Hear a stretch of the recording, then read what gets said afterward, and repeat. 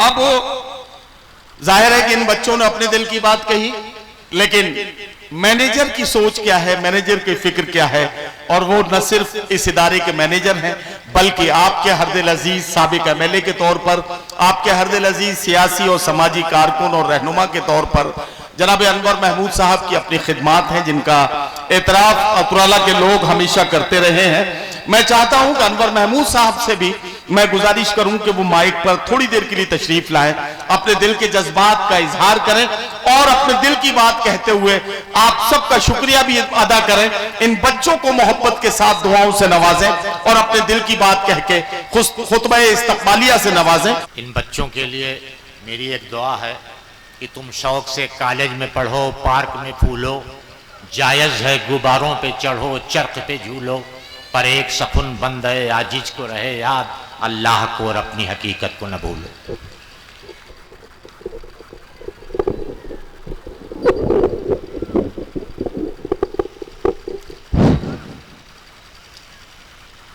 जनाब सदर मोहतरम श्री राकेश यादव जी विधायक गैसड़ी, मेहमान खुसूसी जनाब राम सागर अकेला जी पूर्व विधायक, निजामत कर रहे नदीम फारूक साहब और तमाम हिंदू मुसलमान भाई, फुटपाथ पे भी होगी महल की जुबान में, हम गुफ्तगू करेंगे गजल की जुबान में।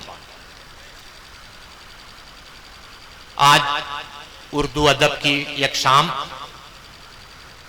श्रद्धेय माननीय मुलायम सिंह यादव जी के नाम। दोस्तों,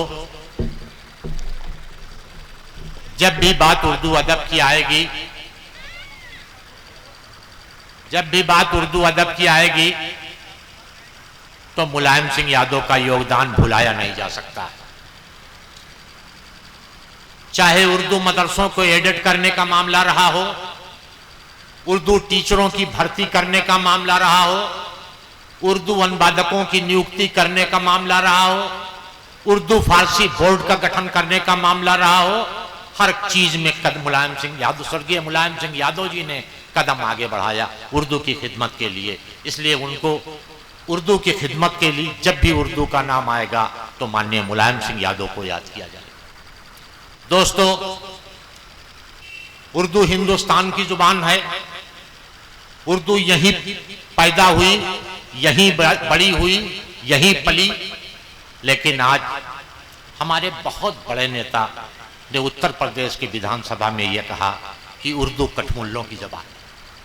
मान्यवर, ये कहने से पहले आप भूल गए कि उर्दू आनंद नारायण मुल्ला की जुबान है, उर्दू मुंशी प्रेमचंद्र की जुबान है, उर्दू फिराक गोरखपुरी की जुबान है, उर्दू चकबस्त लखनवी की जुबान है, उर्दू चरणजीत सिंह बसर की जुबान है, उर्दू मोनिका दुबे की जुबान है, उर्दू हिमांशी बाबरा की जुबान है। लेकिन आज जुल्म उर्दू पे भी होता है तो इस मकसद से लोग उर्दू को मुसलमान समझ बैठे हैं। उर्दू ने जंग आजादी में इस देश को इनकलाब जिंदाबाद का नारा दिया।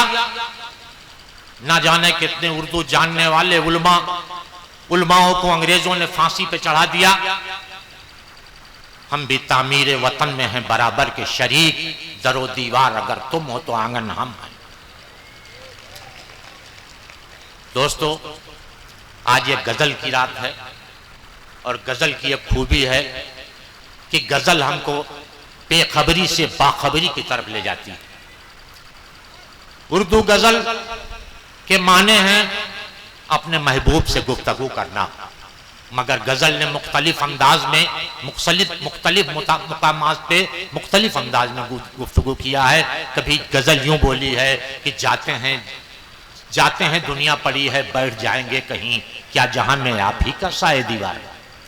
कभी गजल ने इस अंदाज में गुफ्तगू किया है कि जनाजा रोक कर मेरा वो इस अंदाज से बोले, गली मैंने कहा था तुम तो दुनिया छोड़ जाते हो।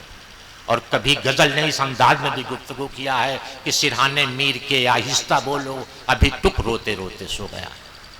लेकिन दोस्तों, मेरा मानना है कि गजल वही कहती है जो जमाना कहता है। एक जमाने में गजल ने यह कहा था कि चांद खुशबू फूल जुगनू कहक्षा भी साथ है, चांद जुगनू फूल खुशबू कहक्षा भी साथ है, ये जमी भी साथ है, वो आसमां भी साथ है, और इसलिए जन्नत के जैसा लग रहा है मेरा घर, मेरे बच्चों के अलावा मेरी माँ भी साथ है। एक बार एक जमाने में गजल ये भी ने कहा था कि बस्ती के एक बुजुर्ग की मैयत को देखकर मैं घर जाके बूढ़े बाप से अपने लिपट गया।